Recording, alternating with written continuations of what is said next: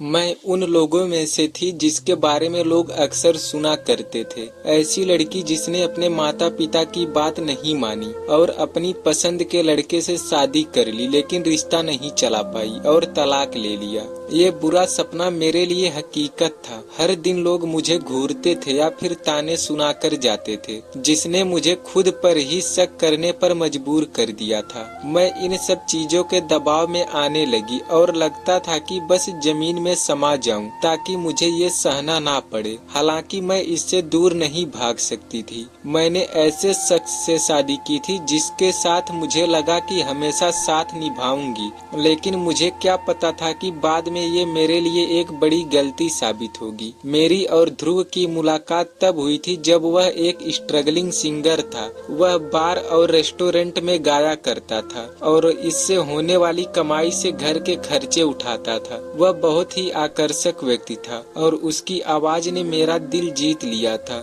मैं उस पब में ज्यादा जाती थी जहां वह सिंगिंग करता था। उस समय मैंने बतौर बैंकर अपने करियर की शुरुआत की थी। एक दिन मैंने हिम्मत कर उससे बात की। हम दोनों घंटों तक लगातार बातें करते रहे और तभी रुके जब गार्ड ने हमें बताया कि पब बंद करने का समय हो गया है। कुछ महीनों बाद हमें एक दूसरे से प्यार हो गया। हम डेट पर जाने लगे और मैं उसके म्यूजिकल शोज के लिए मदद करने लगी। वह मेरा बहुत ख्याल रखता था और अच्छे से पेश आता था।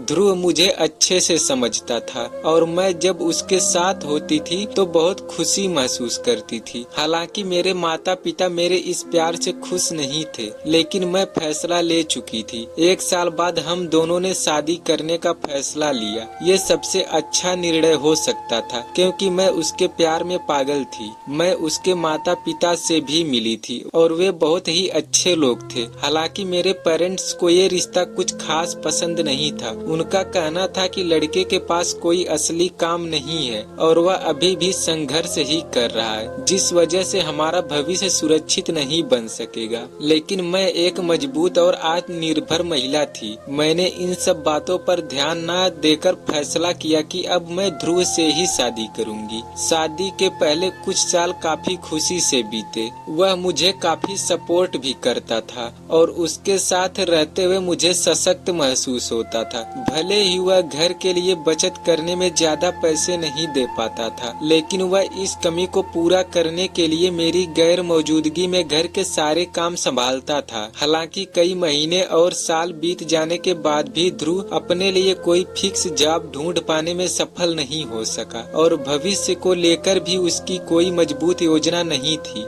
शादी के 2-3 साल बीत जाने पर वह अपने खर्चों को लेकर मेरे ऊपर काफी ज्यादा निर्भर होने लगा। घर का पूरा खर्च और जिम्मेदारी अकेले उठाना मुझे थका रहा था। मेरी शादी जंग का मैदान बन चुकी थी। इसके बावजूद हम ठीक ठाक जिंदगी जी रहे थे। हालांकि बाद में ध्रुव ने बेमतलब की मांगे और खर्चे करना शुरू कर दिए, जिससे हमारे बीच झगड़े होने लगे। इतना ही नहीं, उसके माता पिता भी हमारे घर पर ज्यादा आने जाने लगे और हर चीज में वह कमियां निकालते थे। वे सिरदर्द से ज्यादा कुछ नहीं थे। मैंने इस बारे में ध्रुव से बात करने की कोशिश की, लेकिन उसने इग्नोर कर दिया। हमारे बीच में बात होना बंद हो गई और फिर आखिर में तभी हुई जब हम एक दूसरे पर इन मुद्दों को लेकर चिल्ला रहे थे कि मेरी खुशियों से भरी शादीशुदा जिंदगी एक जंग का मैदान बन चुकी है। हमारे बीच में रोज झगड़े होने लगे। मैं उसका अटेंशन पाना चाहती थी और उम्मीद करती थी कि वह एक जिम्मेदार जीवन साथी बने, और मैंने अलग होने का फैसला ले लिया। मेरी सभी कोशिशें बेकार रही और हमारे बीच में पूरी तरह से बात होना बंद हो गई। ये काफी परेशान कर देने वाला था।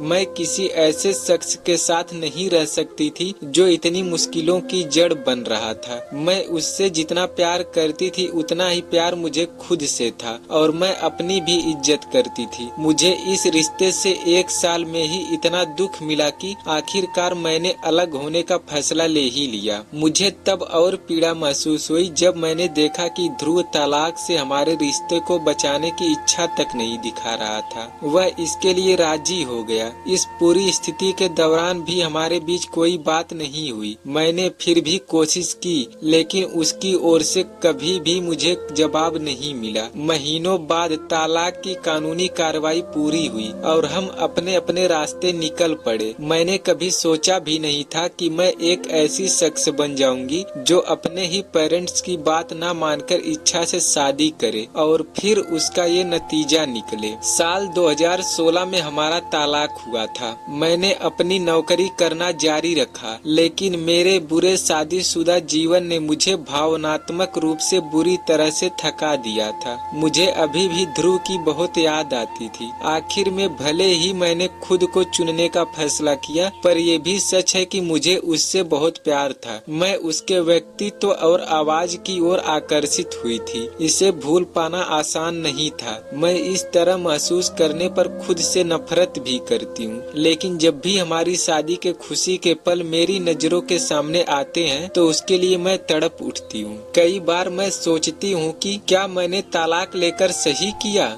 हम दोनों के बीच में किसी तरह का संपर्क नहीं है। मेरे पेरेंट्स मेरी दूसरी शादी के बारे में सोच रहे हैं, पर मैं सोचती हूँ कि क्या मैं फिर से ऐसा प्यार किसी से और कर सकूंगी, और यही सोचकर मैं किसी भी रिश्ते के लिए हाँ नहीं बोली। शायद कभी ध्रुव को मेरी याद आए और वो मुझे फिर से अपना बनाए। इसी याद में आज भी पड़ी हूँ। तो दोस्तों, यह थी हमारी आज की कहानी। आपको कैसी लगी कमेंट सेक्शन में जरूर बताइएगा, और अगर अच्छी लगी हो तो लाइक, कमेंट और शेयर भी कर दीजिएगा। और सुनने के लिए धन्यवाद।